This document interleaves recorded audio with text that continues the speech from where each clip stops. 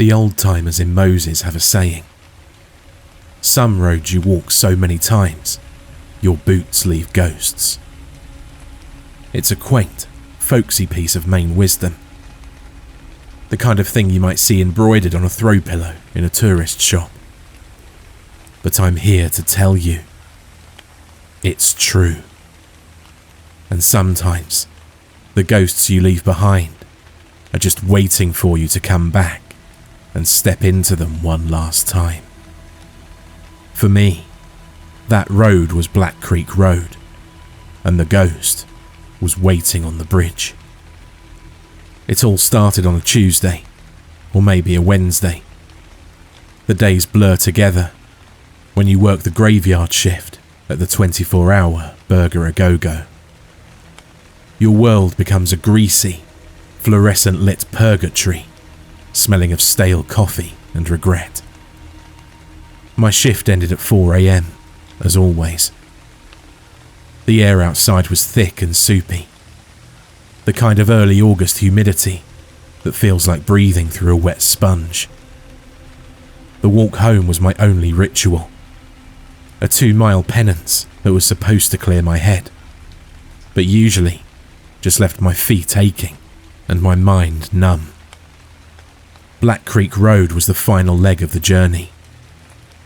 It was a long, lonely stretch of asphalt that cut through a thicket of pine and birch trees, ending at the old iron girder bridge that spanned the creek and marked the unofficial entrance to the residential outskirts of Moses.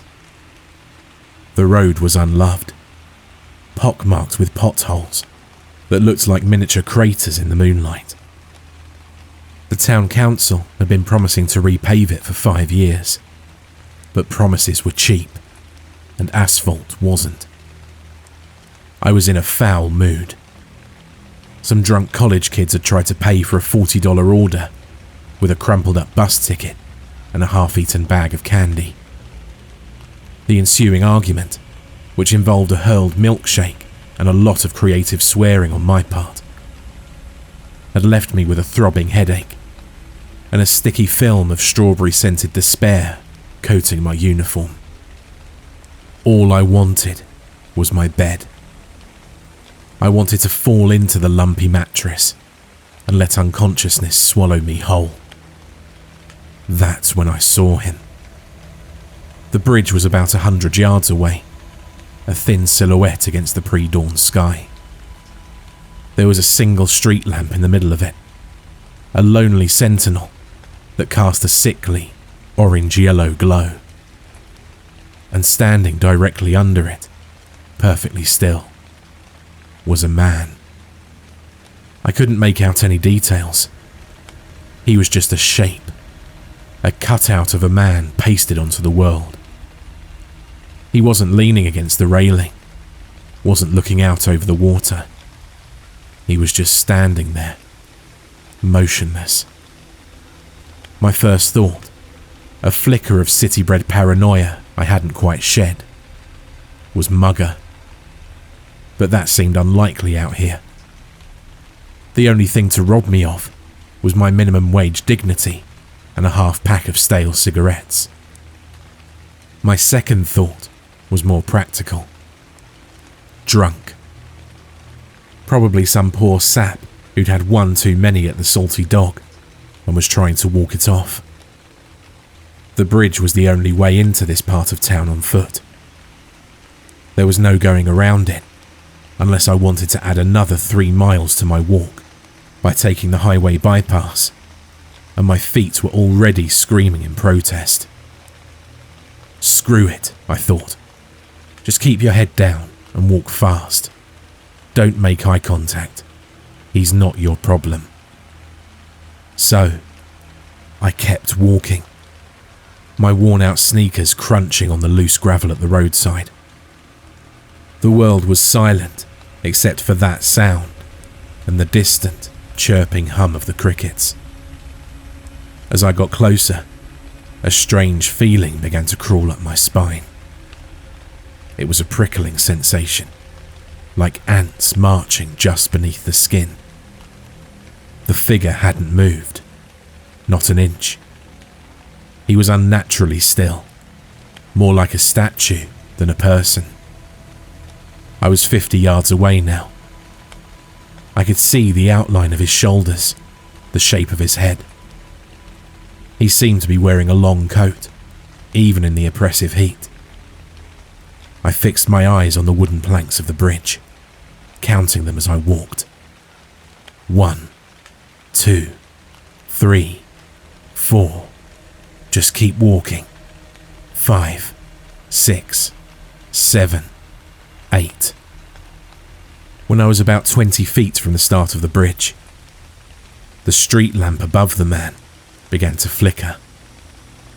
The light spasmed, throwing the scene into a strobe-like chaos of orange and black. For a split second, the man was there, a stark black shape against the failing light. In the next flicker of darkness, he was gone. When the light buzzed back to life, the space beneath it was empty. I stopped dead in my tracks. I scanned the bridge, my eyes darting left and right. There was nowhere he could have gone. The railings were at least 5 feet high. To jump over one would have made a sound. A grunt, a scrape of fabric, a splash from the creek 20 feet below. But there had been nothing. Just the buzz of the dying light and the crickets, who'd suddenly fallen silent. I stood there for a full minute, listening. Nothing. The silence was now a roaring in my ears. The man was gone. Vanished. I shook my head, a nervous laugh escaping my lips. "Get a grip, Alex," I muttered. My voice didn't sound right. It had to be the exhaustion. The crappy shift, the stress. I was seeing things, that was it. He'd probably just ducked down behind the railing at the exact moment the light flickered. Yeah, that had to be it.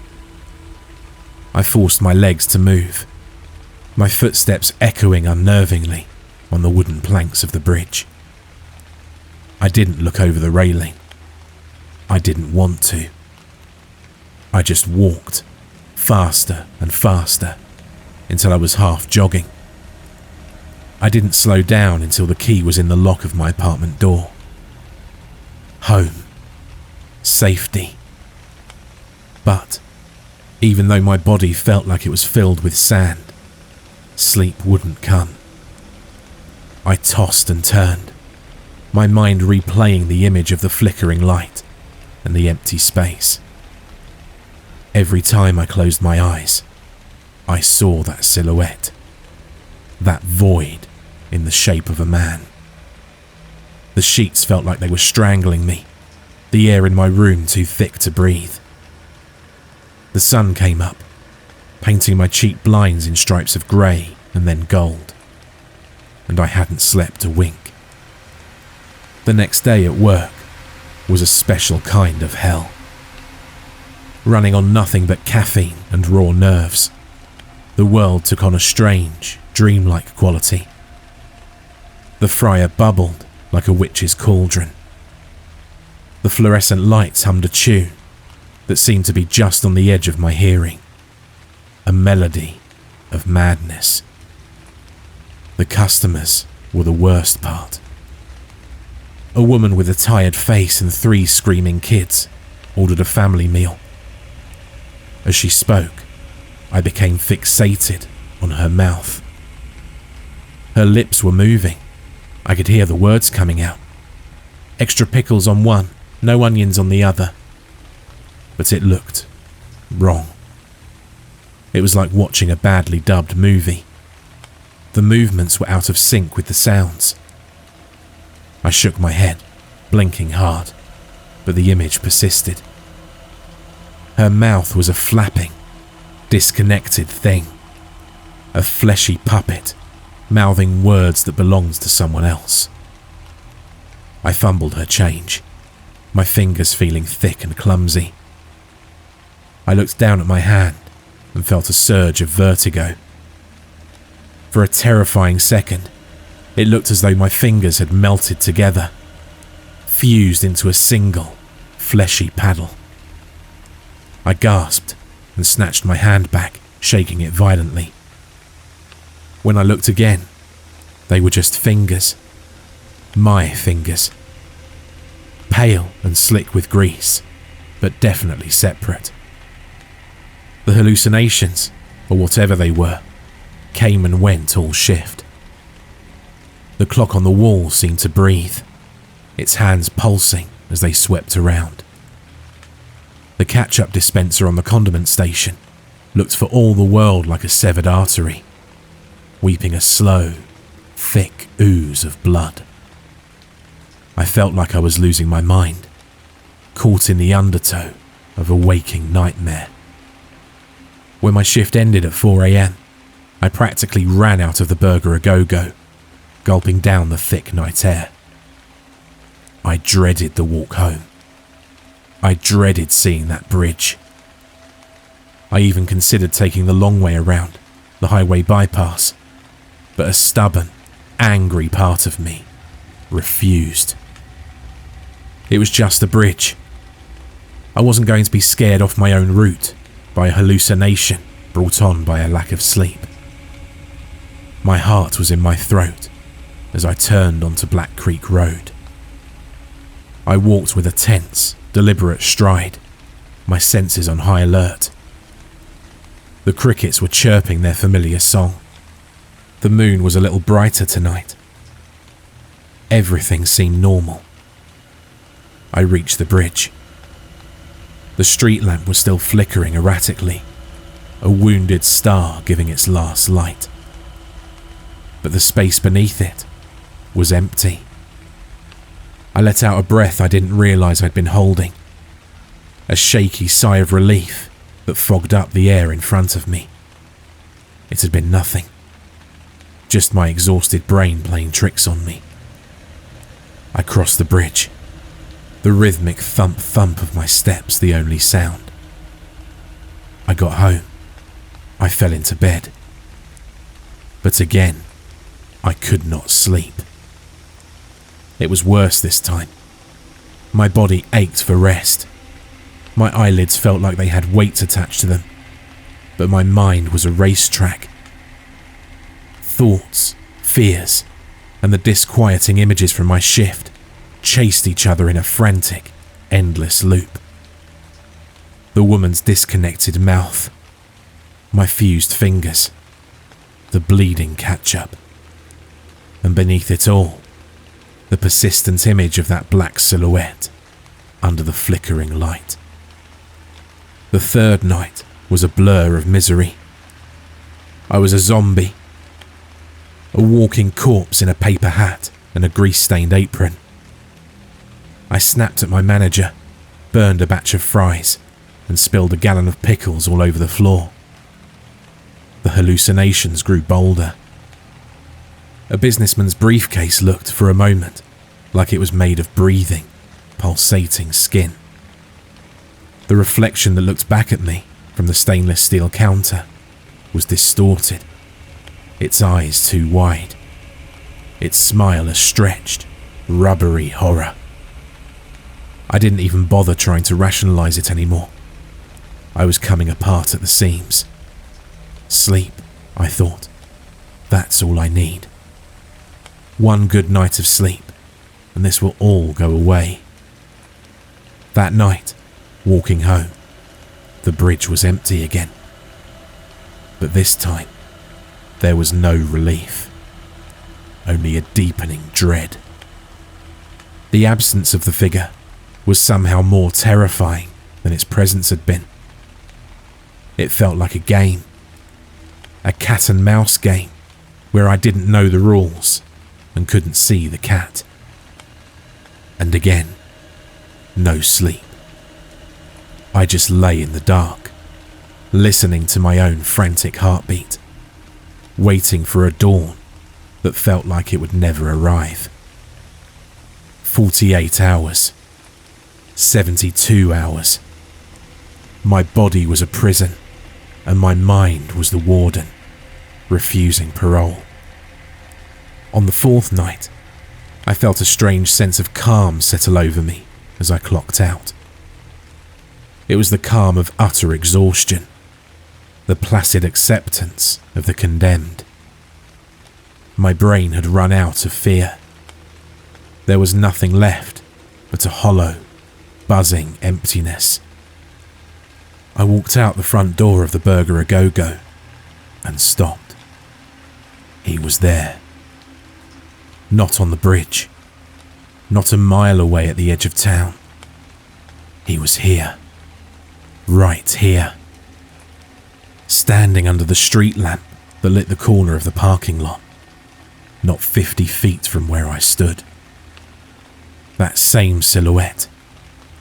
The same long coat. The same unnatural stillness. A shape cut from the cloth of midnight. This time, there was no fear, no urge to run. Instead, I felt a pull. It was a bizarre, irresistible magnetism. A silent command that resonated deep in my bones. My legs, which a moment ago felt like they were made of lead, began to move. One foot in front of the other. It wasn't a conscious decision. I was a puppet, and my legs were being worked by an unseen master. I was walking towards him. My mind was screaming, a silent, frantic howl of protest. No! Stop! Turn around! But my body wouldn't obey. I was a passenger, trapped behind the eyes of a machine that was walking me towards my own destruction. My footsteps thumped on the cracked asphalt. As I got closer, the street lamp above him did what I knew it would do. It began to flicker. The world jerked between that sick orange light and absolute blackness. But this time, I didn't look away. And he didn't disappear. The strobing light gave him a horrifying, stop-motion quality. With each flash of light, he was closer. Not walking, not running. He was just nearer. As if he were glitching through space, violating the laws of physics with every stuttering flicker of the bulb. 10 feet away. The pull was immense now, a physical force yanking me forward. My legs locked, and I was frozen in place. Finally, mercifully, unable to get any closer. The flickering stopped. The light died completely, plunging the corner of the parking lot into an inky, profound darkness. But I could still see him. He wasn't just a silhouette anymore. He was the darkness. It was a perfect, starless black. A patch of the night that was somehow blacker than the rest. It didn't reflect light. It devoured it. It was a hole. A hole in the world, cut in the shape of a man.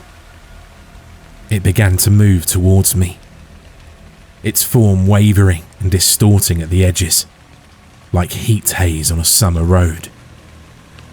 It didn't have a face, but I could feel it looking at me. I could feel its ancient, bottomless hunger.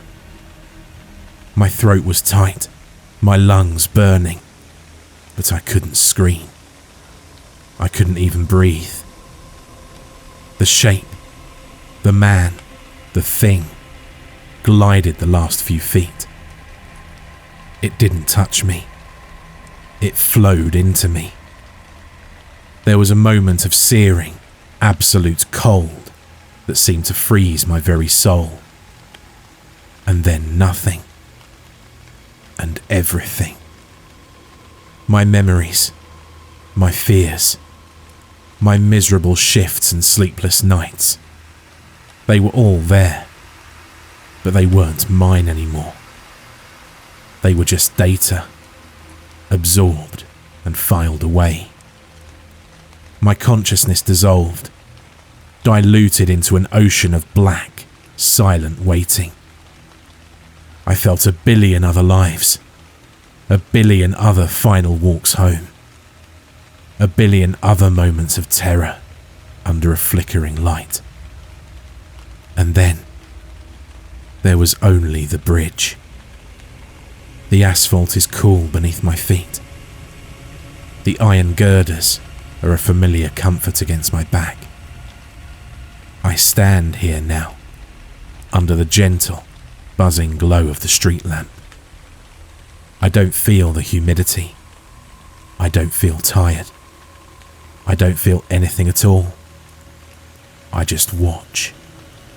And I wait. The Burger A Go-Go will close soon.